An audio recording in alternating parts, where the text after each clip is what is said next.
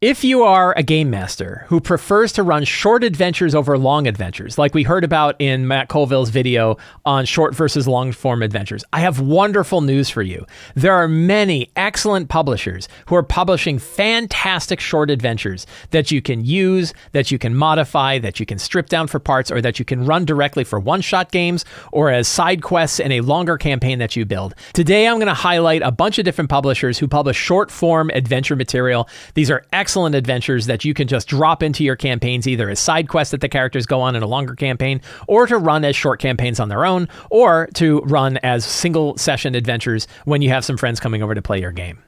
My first qualifier for this is to tell you that these are just some of the ones that I've selected. There are many, many others, and I am sure that I am forgetting about and or haven't heard about many other publishers publishing short material.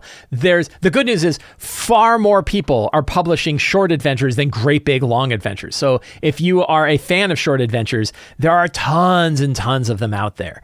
I am just going to highlight a few different publishers today to talk about the kinds of adventures that they publish, which you can pick up for usually very low prices, some of them in print, some of them in PDF that you can drop right into your game.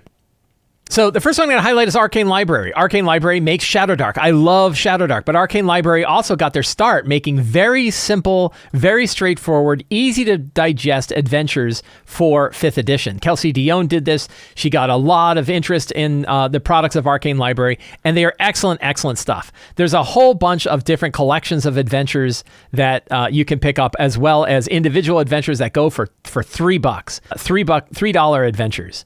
16-page adventure available for $3 on the Arcane Library, but also part of various packages, is Beneath the Black Rose.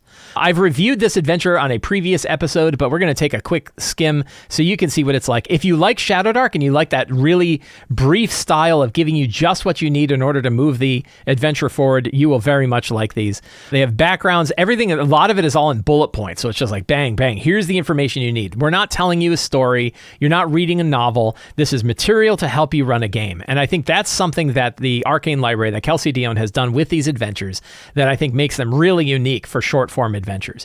Word to the GM. These are meant to be run at a glance with minimal preparation and natural delivery. You can see sort of the highlighted phrases that exist. Bullet lists, bolded keywords. Each encounters on one page. Printable cards for monsters and everything.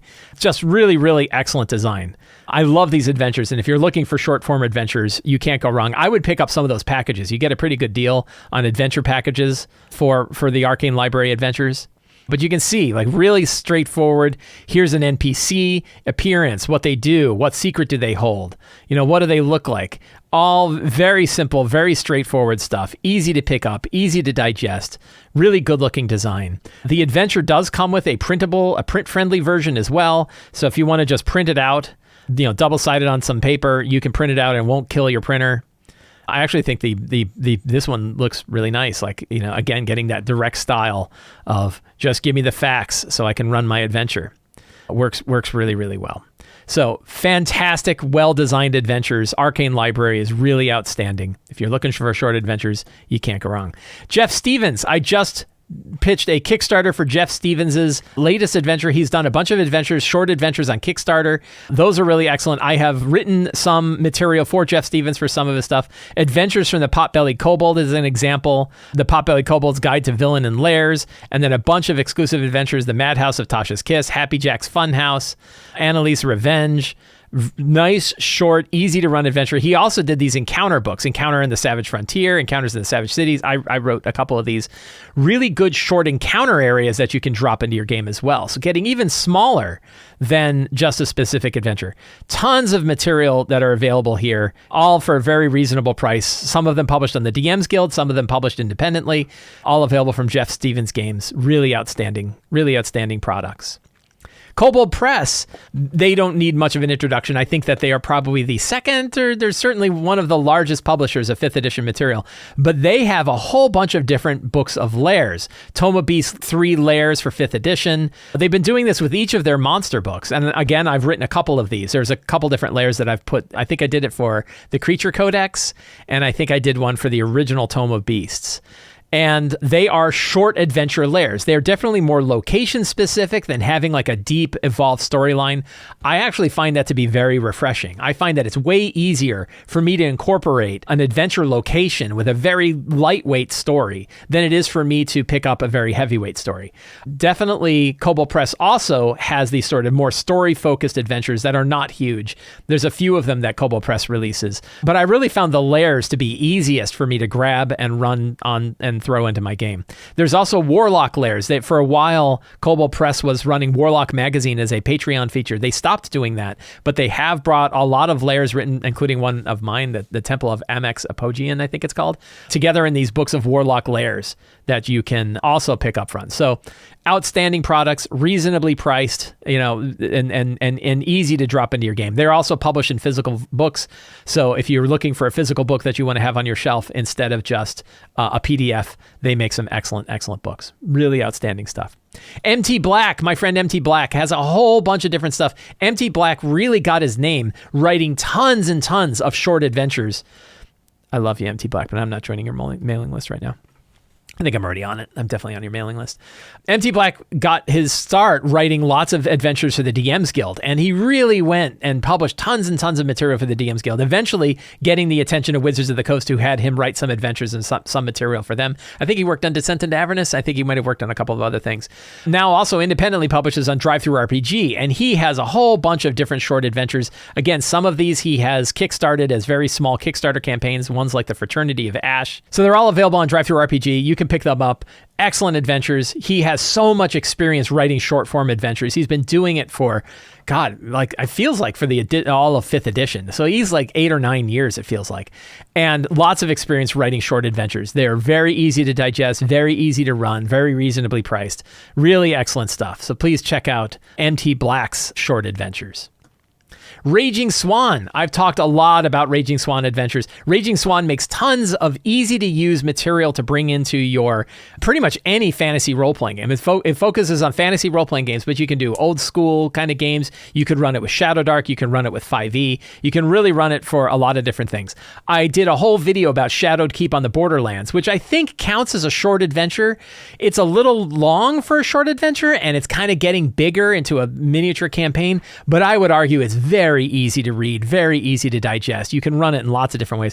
I love you too, Raging Swan, but I already subscribed to your newsletter. Everybody's got the pop-up newsletter these days.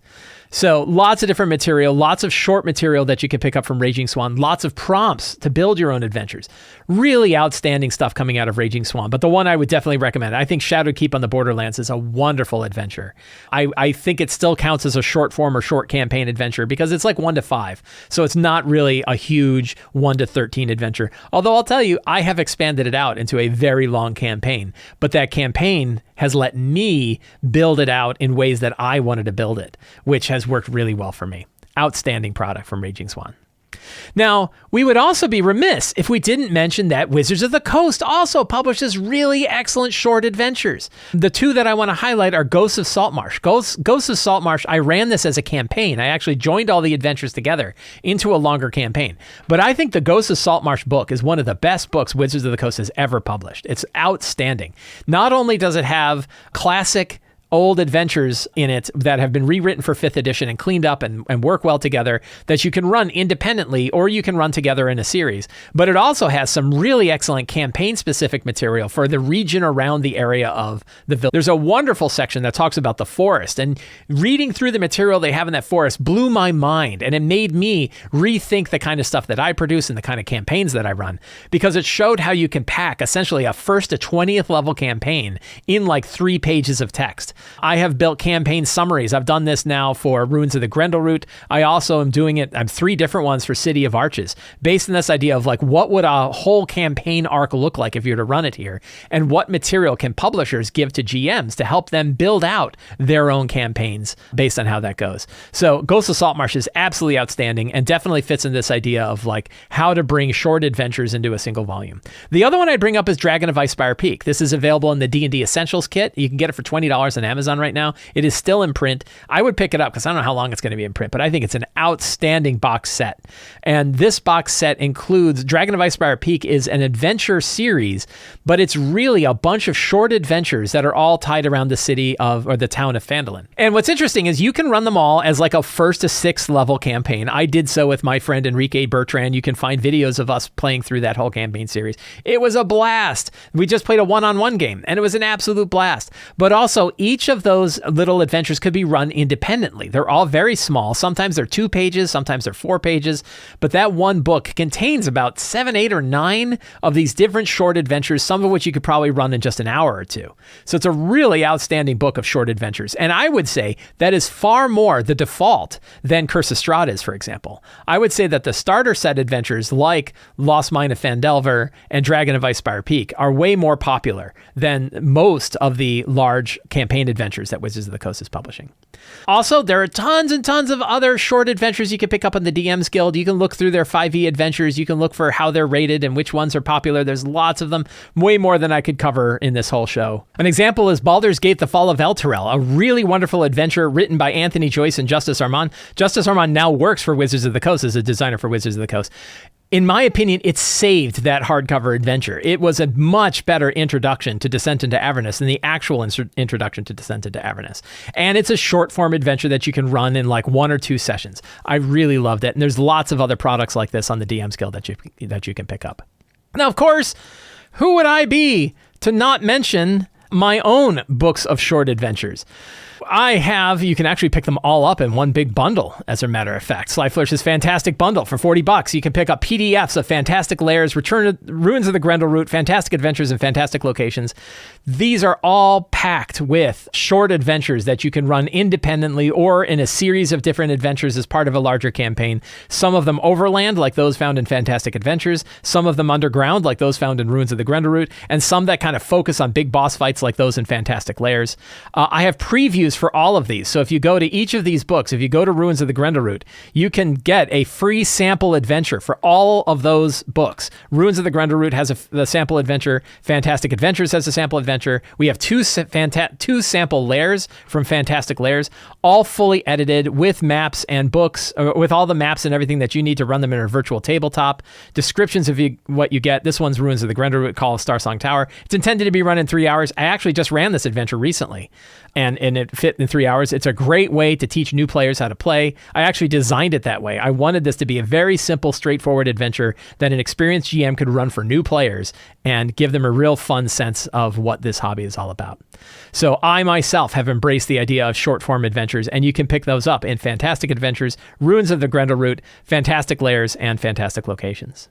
So I have wonderful news. If you like short form adventures, we are swimming in them. There are so many of them. Excellent publishers are publishing really wonderful adventures. I've really only covered just a handful of them here, but they are ones that I have personally experienced, that I've personally picked up and read, and I really love them. I don't think we have any lacking of really awesome short adventures for us to run our campaigns. So if you prefer running short adventures or modifying short adventures to fit into your own campaign, you can not go wrong with all of the ones that I've mentioned here today. If you like the show and you want to see more stuff like this from me, the best thing you can do is subscribe to the free Sly Flourish news. It's absolutely free to sign up.